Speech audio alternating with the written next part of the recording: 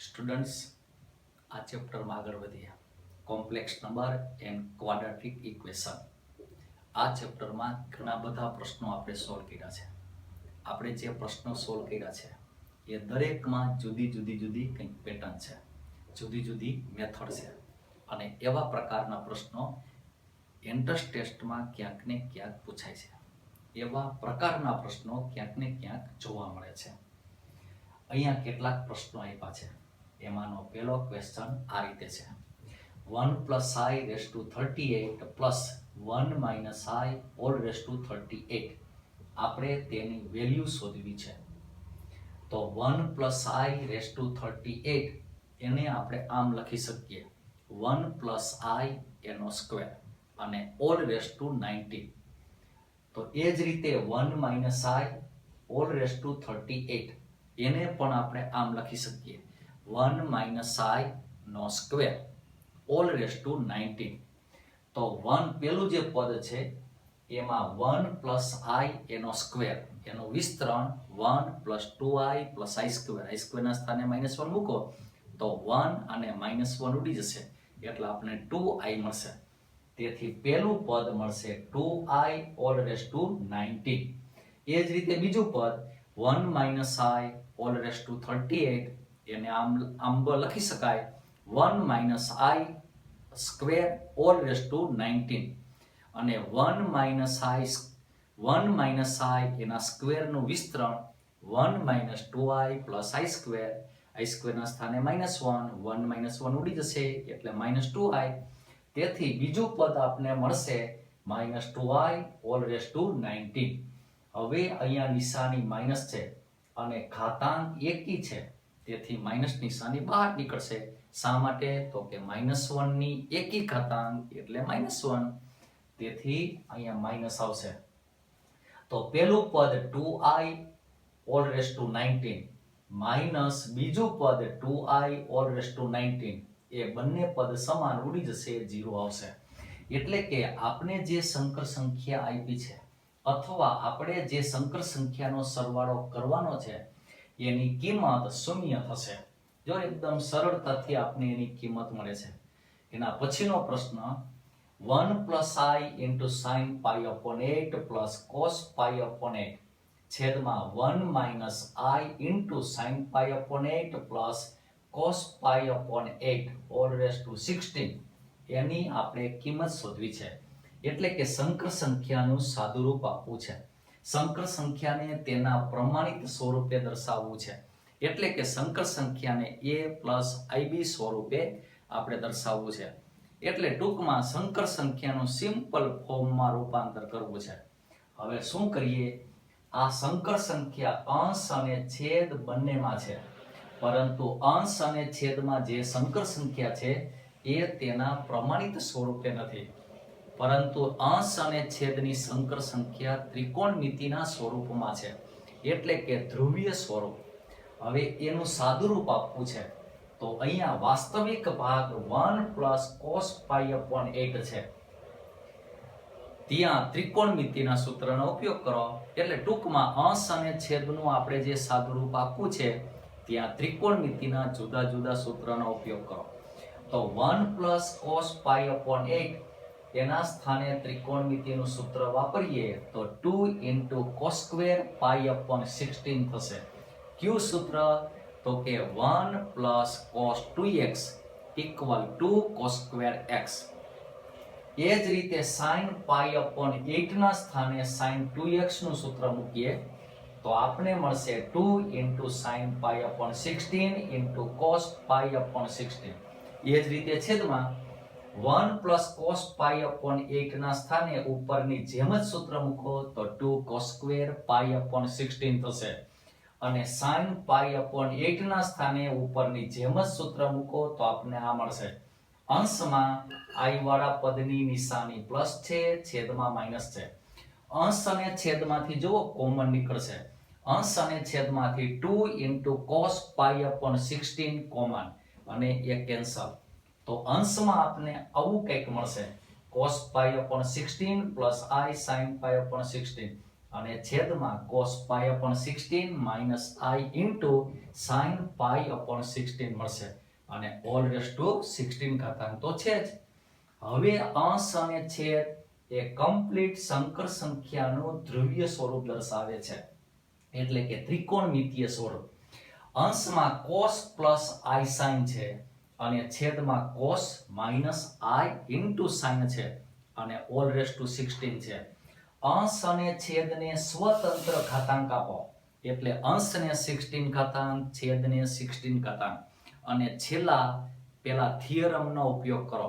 એ theorem બોલું છું, cos theta plus I sin theta all raised to n. તો એના બરાબર શું બને? તો કે cos n theta plus I sin n theta બને. એ થિયરમનો ઉપયોગ. એટલે કે ઘાતાંક 16 cos અને sin ના પ્રદેશ ઘટકમાં થીટા સાથે ગુણકમાં આવશે. તેથી અંશમાં આવશે cos 16 pi upon 16. 16 ઉડી જશે એટલે cos pi અને plus I sin 16 pi upon 16, ત્યાં પણ 16 ઉડી જશે એટલે sin pi રહેશે. તેથી અંશમાં આપણે આવું મળશે cos pi plus I into sin pi. એ જ રીતે 16 માં તે થિયરમનો ઉપયોગ કરો તો 16 cos અને sin ના પ્રદેશ ઘટકમાં થીટા સાથે ગુણકમાં રહેશે. તેથી અહીંયા આવશે cos 16 pi upon 16, 16 ઉડી જશે એટલે cos pi. એ જ રીતે sin 16 pi upon 16, 16 ઉડી જશે એટલે sin pi રહેશે. તો અંશમાં આપને મળશે cos pi plus I into sin pi, છેદમાં મળશે cos pi minus I into sin pi. અને sin pi અને cos pi ની કિંમત તો આપને આવડે છે. sin pi ની કિંમત 0 અને cos pi ની કિંમત -1. તો -1 plus 0i એટલે કે 0 અને -1 minus 0i એટલે કે 0. તેથી -1 છેદમાં -1 equal 1 આપને મળશે. તો આપેલ સંકર સંખ્યાના 16 ઘાતાંકનું સાદુરૂપ આપને 1 મળે છે, એટલે કે અહીંયા ડી ઓપ્શન આપને મળશે. છે ને એકદમ સાદુરૂપ, સરળ. ટૂંકમાં બધા પ્રકારના સૂત્રો અને જે કંઈ ટાઈમ સેવિંગ ટેકનિક એટલે કે જે કંઈ ટ્રીક છે જુદી જુદી, એનો તમે ઉપયોગ કરો એટલે સરળતાથી જે તે પ્રશ્નનું સોલ્યુશન મળે. હાલો એના પછીનો ત્રીજો question, a equal e raised to I alpha, b equal e raised to I beta, c equal e raised to I gamma છે. સાથે a upon b plus b upon c plus c upon a equal 1 છે. તો આપણે sigma cos alpha minus beta ની કિંમત શોધવી છે. અહીંયા small a, small b, small c એ સંકર સંખ્યા છે અને એ ત્રણેય સંકર સંખ્યા આપણે યુલર સ્વરૂપે આપી છે, એટલે કે જો ઘાતાંકીય સ્વરૂપે છે. યુલર સ્વરૂપ આપને ખબર છે z ઇક્વલ માનાંક z into e raised to I theta. તો આ સંકર સંખ્યા સ્મોલ a, b અને c એ ત્રણેય આપણે યુલર સ્વરૂપે આપી છે. સાથે આ પ્રકારનું પરિણામ આપ્યું છે a upon b plus b upon c plus c upon a equal 1. તો a, b, c ના સ્થાને એ ત્રણેય સંકર સંખ્યા મૂકીએ. તેથી આપને આવું મળશે અંશમાં e raised to I alpha છેદમાં e raised to I beta. અંશ અને છેદ ભાગાકાર છે, તેથી ઘાતાંકની બાદબાકી બને. તેથી a upon b ની કિંમત આપને e raised to I alpha minus beta મળશે. એ જ રીતે b upon c એટલે કે e raised to I beta છેદમાં e raised to I gamma. ભાગાકાર એટલે ઘાતાંકની બાદબાકી એટલે બીજું પદ આ મળશે.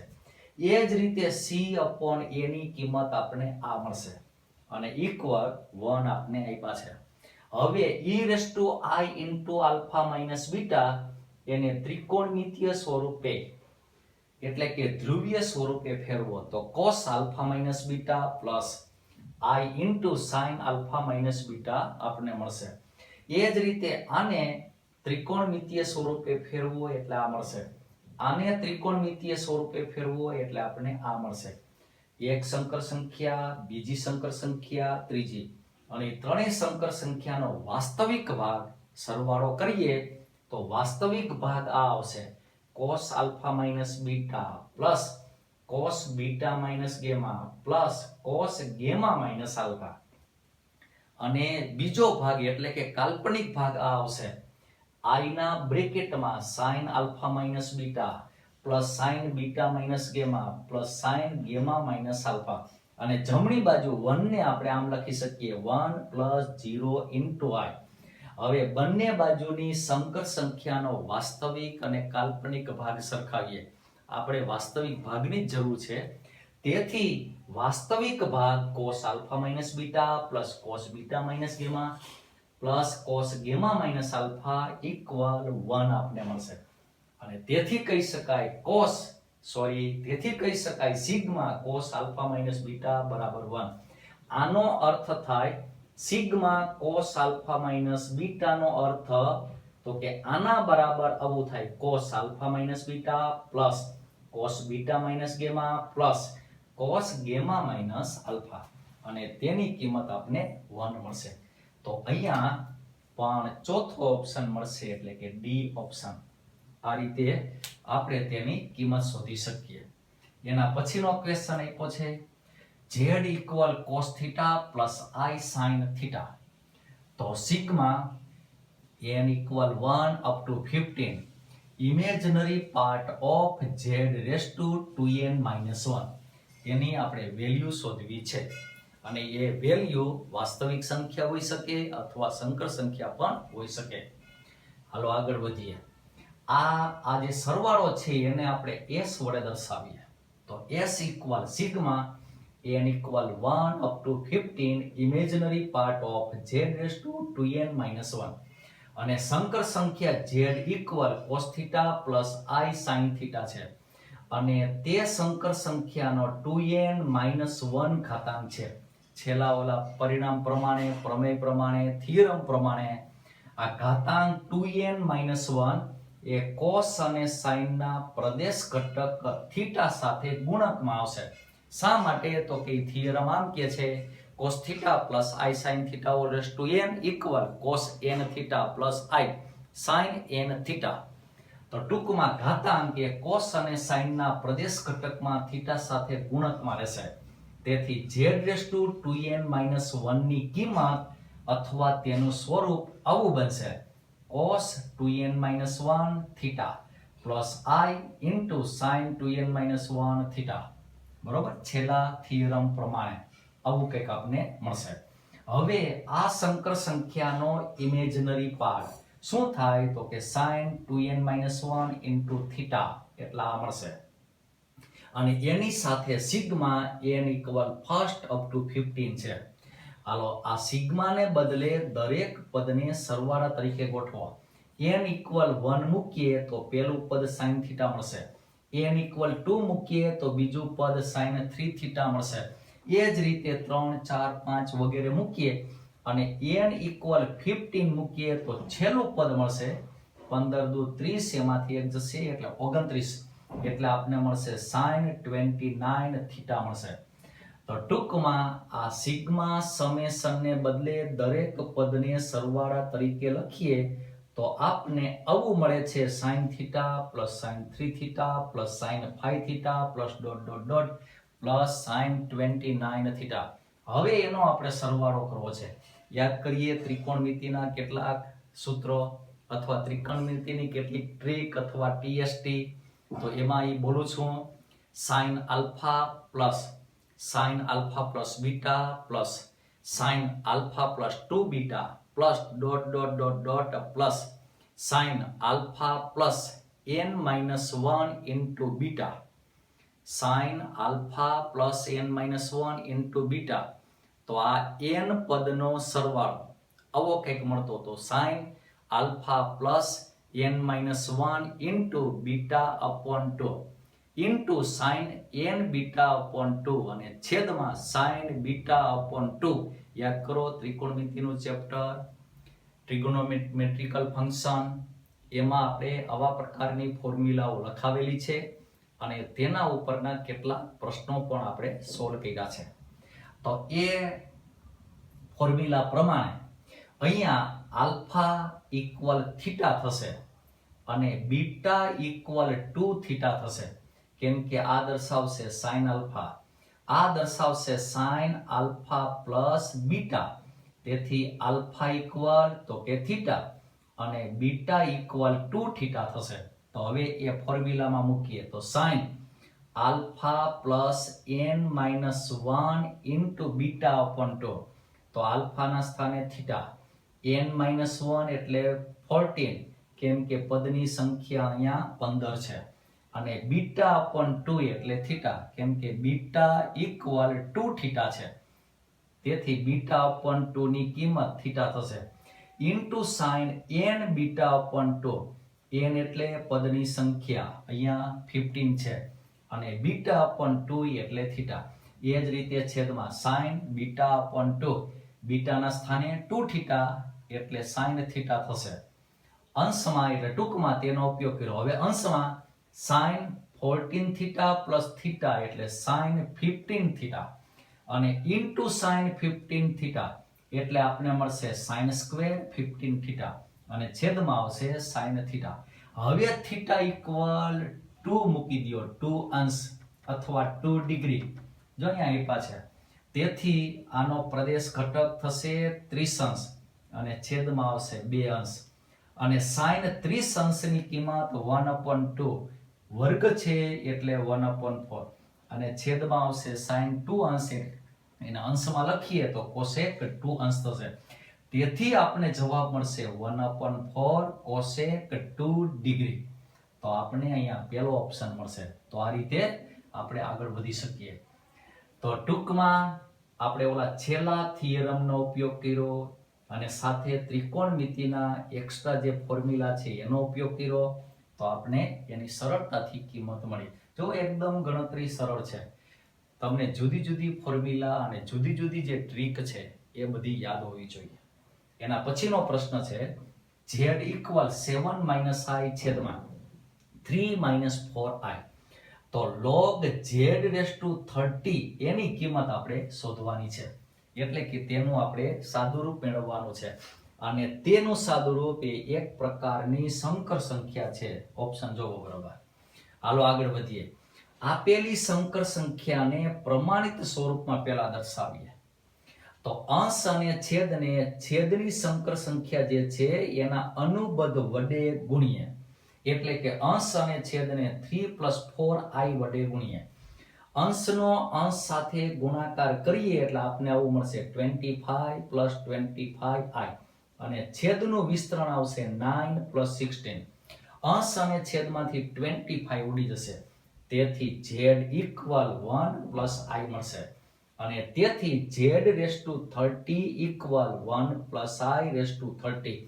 હવે 1 + i/30 એનું સાદુરૂપ ઓલા પહેલા ક્વેશ્ચન પ્રમાણે આપીએ તો 1 + i નો સ્ક્વેર (15) અને 1 + i ના સ્ક્વેરનું વિસ્તરણ તો કે 2i. એ પણ યાદ રાખીએ, ઘણી જગ્યાએ ઉપયોગી બનશે. અને (15).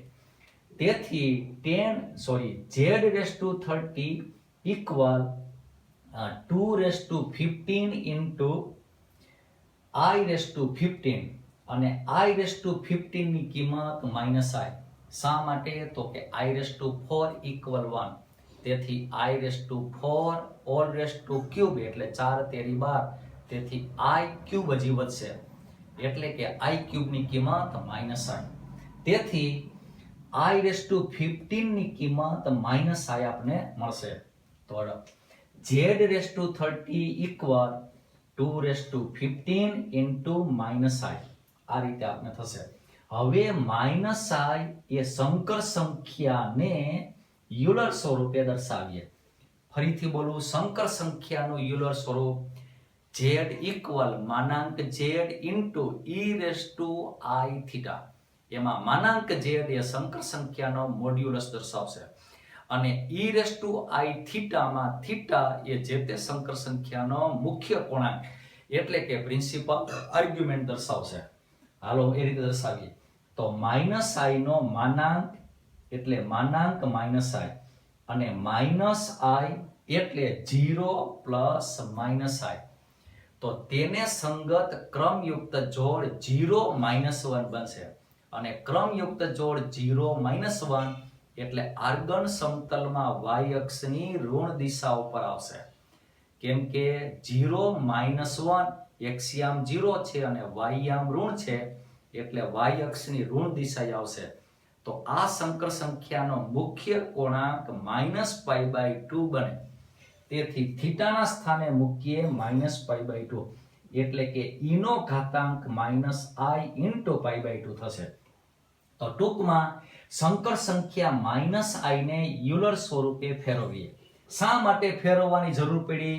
તો કે આપણે લોગની કિંમત શોધવાની છે, અને જ્યારે લઘુગણકની કિંમત શોધવાની થતી હોય ત્યારે સંકર સંખ્યાના છેલ્લા સ્વરૂપનો ઉપયોગ કરવાનો, કેમ કે તો જ આપણે લોગનું સાદુરૂપ આપી શકીએ, કિંમત મૂકી શકીએ અથવા કિંમત મેળવી શકીએ.